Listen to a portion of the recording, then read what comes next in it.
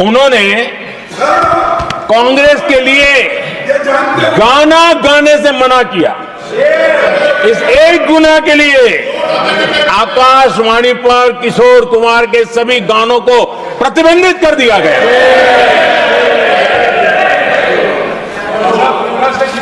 आदरणीय सभापति जी, मैं इमरजेंसी के उन दिनों को भूल नहीं सकता और शायद आज भी वो तस्वीरें मौजूद है। ये जो लोकतंत्र की बातें करते हैं, मानव गरिमा की बातें करते हैं और बड़े बड़े भाषण देने के लिए शौकीन लोग हैं, आपातकाल में जॉर्ज फर्नांडिस समेत देश के महानुभावों को हथकड़ियां पहनाई गई थी, जंजीरों से बांधा गया था। संसद के सदस्य, देश के गणमान्य नेता, उनको हथकड़ियां और जंजीरों से बांधा गया था। इनके मुंह में संविधान शब्द शोभा नहीं देता है। आदरणीय सभापति जी, सत्ता सुख के लिए, शाही परिवार के अहंकार के लिए इस देश के लाखों परिवारों को तबाह कर दिया गया, देश को जेल खाना बना दिया गया।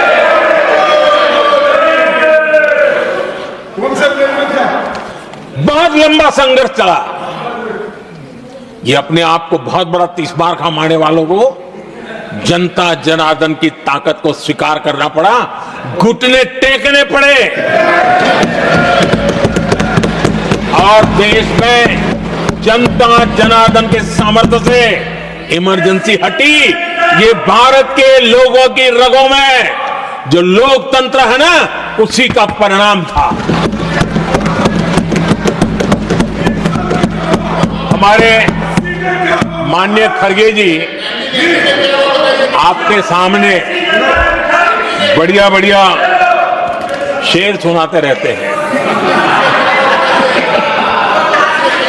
और उनका शौक है शेर सुनाने का, और सभापति जी आप भी बड़ा मजा लेते हैं।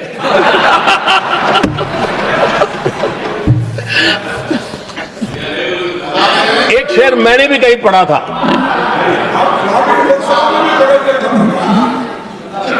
तमाशा करने वालों को क्या खबर, तमाशा करने वालों को क्या खबर, हमने कितने तूफानों को पार कर दिया जलाया है, हमने कितने तूफानों को पार कर दिया जलाया है। आदरणीय सभापति जी, मैं आदरणीय खड़गे जी वरिष्ठ नेता है और मैं हमेशा सम्मान करता हूँ, और इतना लंबा समय सार्वजनिक जीवन ये छोटी बात नहीं है। और मैं इस देश में चाहे शरद राव हो, चाहे खड़गे जी हो, इन सब का, मैं हमारे देवगौड़ा जी बैठे हैं, ये असामान्य सिद्धियां हैं उनके जीवन की जो उन्होंने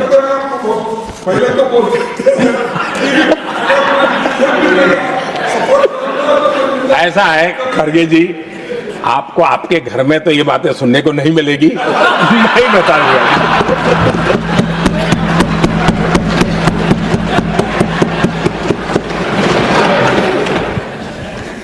इस बार मैं देख रहा था कि खड़गे जी कविताएं पढ़ रहे थे, लेकिन जो बातें बता रहे थे, और आपने बड़ा सही पकड़ा था कि जरा बताओ तो सही, ये कविता है कब की है? उनको पता था, सभापति जी, उनको पता था ये कविता कब की है। भीतर कांग्रेस की दुर्दशा का इतना दर्द पड़ा था, लेकिन वहां हालत यह है कि बोल नहीं सकते, तो उन्होंने सोचा ये अच्छा मंच है, यही बोल दें, और इसलिए उन्होंने नीरज की कविता के माध्यम से उनके घर के हालात यहां प्रस्तुत किए। आदरणीय सभापति जी, जो आज के लिए सही है, खड़गे जी को मैं आज वही कवि नीरज जी की कुछ पंक्तियां सुनाना चाहता हूं। कांग्रेस सरकार का जो दौर था, उस समय नीरज जी ने ये कविताएं लिखी थी और उसमें उन्होंने कहा था, है बहुत अंधियारा, है बहुत अंधियारा, अब सूरज निकलना चाहिए, अब सूरज निकलना चाहिए। जिस तरह से भी हो ये मौसम बदलना चाहिए, जिस तरह से भी हो ये मौसम बदलना चाहिए। नीरज जी ने कांग्रेस के उस कालखंड में ये कविता कही। 1970 में जब कांग्रेस, अरे चारों तरफ कांग्रेस ही कांग्रेस का राज चलता था, उस समय नीरज जी का एक और कविता संग्रह प्रकाशित हुआ था, फिर दीप जलेगा। हरिवंश जी तो अभ्यासु हैं तो उनको भली भांति पता है। उस समय उनका यह संग्रह प्रसिद्ध हुआ था, फिर दीप जलेगा। उसमें उन्होंने कहा था, और यह बड़ा महत्वपूर्ण है, नीरज जी ने उस समय कहा था, मेरे देश उदास न हो। नीरज जी ने अपनी कविता में कहा था, मेरे देश उदास न हो, फिर दीप जलेगा, तिमिर ढलेगा। और हमारा सद्भाग्य देखिए, हमारे प्रेरणा पुरुष अटल बिहारी वाजपेयी जी ने भी 40 साल पहले कहा था, सूरज निकलेगा, अंधेरा छटेगा, कमल खिलेगा।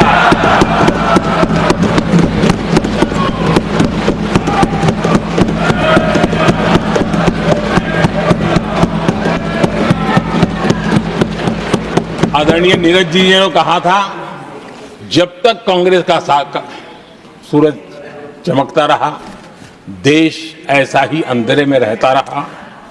कई दशक तक ऐसे ही हाल बने रहे। आदरणीय सभापति जी,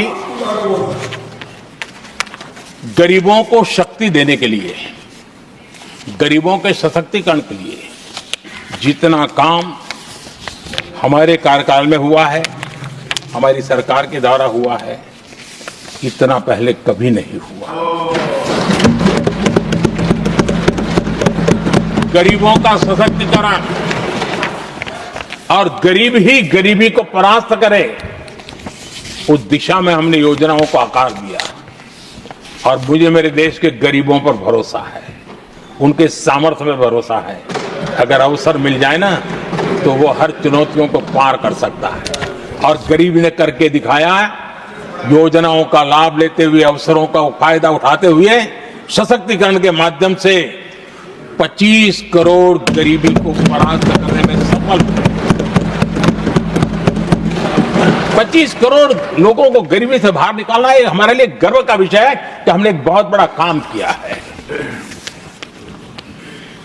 जो लोग गरीबी से निकले हैं, कठोर परिश्रम करके निकले हैं, सरकारी पर भरोसा करते हुए, योजनाओं को आधार बना करके, और आज गरीबी से निकलकर वो एक न्यू मिडिल क्लास हमारे देश में अर्जित हुआ है। आदरणीय सभापति जी, मेरी सरकार इस न्यू मिडिल क्लास और मिडिल क्लास के साथ डट करके खड़ी है और बहुत कमिटमेंट के साथ हम खड़े हैं।